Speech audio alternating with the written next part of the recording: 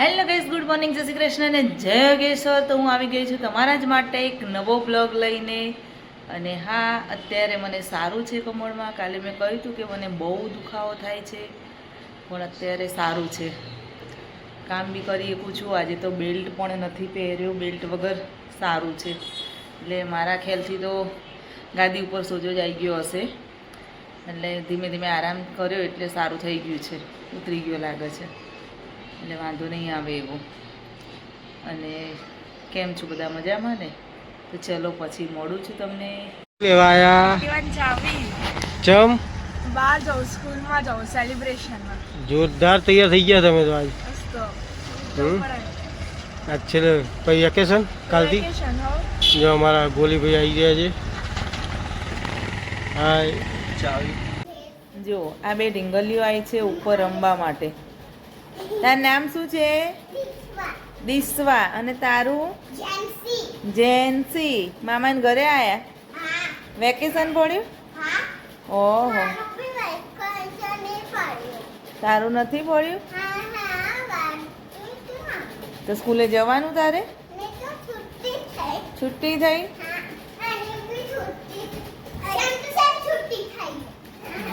એવું છે? તો તારો ભાઈ સૂઈ ગયો કે રમે છે? સૂઈ ગયો છે. તું કયા સ્ટાન્ડર્ડમાં છે? શક્તિ સ્કૂલમાં છે.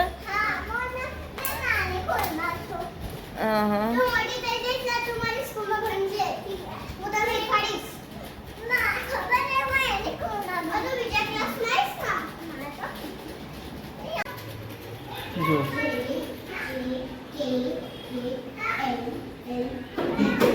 જો આ છોકરાઓના રમકડા.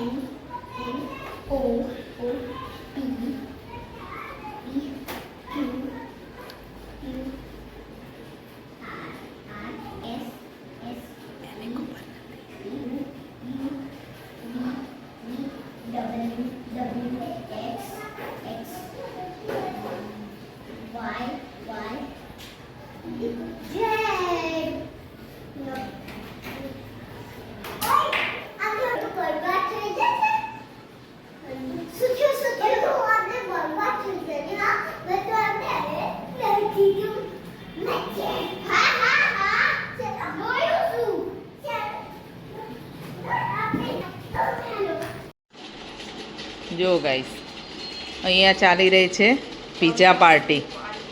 જો જો આ પવિત્ર પવિત્રના હિસાબે પિઝા બધાને ખાવા પડ્યા આજે.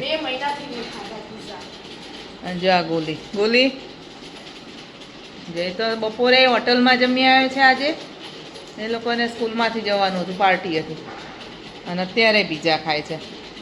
બોલો તમારે તે આપણે ખીચડી બનાવી ખાઈ લ્યો. હા, અમે ખાધી મમ્મી બે ને ખીચડી. બોલો કેવા છે પીઝા? તો મજા આવે ને પવિત્ર? પવિત્રાને બહુ ભાવે. હા, એક નંબર જ હોય ને પીઝા. આમ ખીચડી આલી હોય જો હાલ ખો, પણ એક નંબર નહીં કહો. અરે પીઝા નતો. હા હા હા, બહુ ફેવરેટ. તાણ જો ગોલી તો હમુય નહીં જોતો પીઝા મને પીઝા. ચલો ત્યારે જમી લ્યો, પછી હવે મળીએ. તમે શું રમો તમે બે?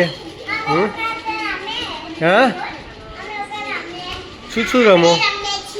હે, નાનો નાનો બાબુ શું કરે છે?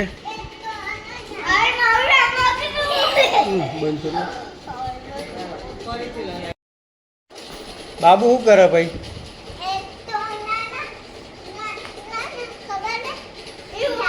હે, એવું છે?